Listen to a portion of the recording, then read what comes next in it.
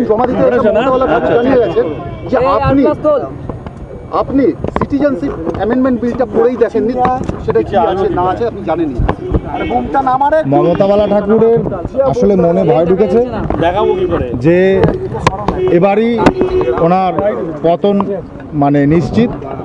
তো সেই ভয়তে মমতা বালা ঠাকুর এখন মতুয়াদের এবং সমগ্র আপামর জনসাধারণদের একটা সিম্পেথি নিতে চাইছে, ঠিক আছে। তো সেখানে মমতা ঠাকুর কি আদৌ জানেন যে উনি বিলের বিরোধিতা কেন করেছেন? আমি উল্টো ওনাকে প্রশ্ন রাখলাম যে উদ্বাস্তু বিল সেই উদ্বাস্তু বিলের বিরোধিতা করে কেন স্বাক্ষর করেছেন উনি? এই প্রশ্নটা আমি মমতা ঠাকুরের কাছে রাখলাম। সিটিজেনশিপ অ্যামেন্ডমেন্ট বিল যেটা হয়েছে সেটা রাজ্য সরকার রাজ্যসভা থেকে বিরোধিতা করেছে। আগে বিল পাস করাক, তারপরে ওদের সব গল্প শুনবো। আগে মতুয়ারা এবং সমগ্র আপামর উদ্বাস্তুরা, ঠিক আছে, আপনি যে কোশ্চেন করেছেন সেই প্রশ্নে সবার আগে এই জবাবটা আসে যে মতুয়ারা এবং আপামর উদ্বাস্তুরা, ঠিক আছে, আগে নাগরিকত্ব পাপ, তারপরে আমি মমতা ঠাকুর এবং ওনার দলের সমস্ত কথা দেখবো কি বলেন।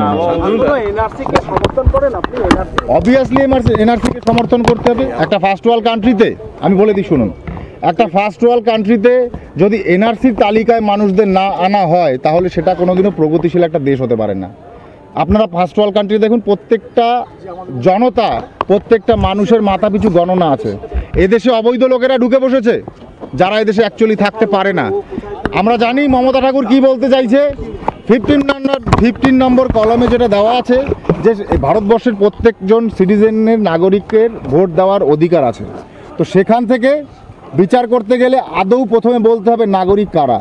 যারা ঘুষবাইটিয়া, যারা দেশকে ভাগ করে নিয়ে চলে গেছে তারা এদেশের নাগরিক নয়। অতএব আমি মনে করি ভারতবর্ষের 72 বছরের সেরা পদক্ষেপ মাননীয় প্রধানমন্ত্রী নিয়েছেন এবং ওনার এই পদক্ষেপকে আমি স্বাগতম জানাই এবং ওনাকে শতবার নমস্কার করি, কারণ এই পদক্ষেপ আজ অবধি কেউ নেয়নি।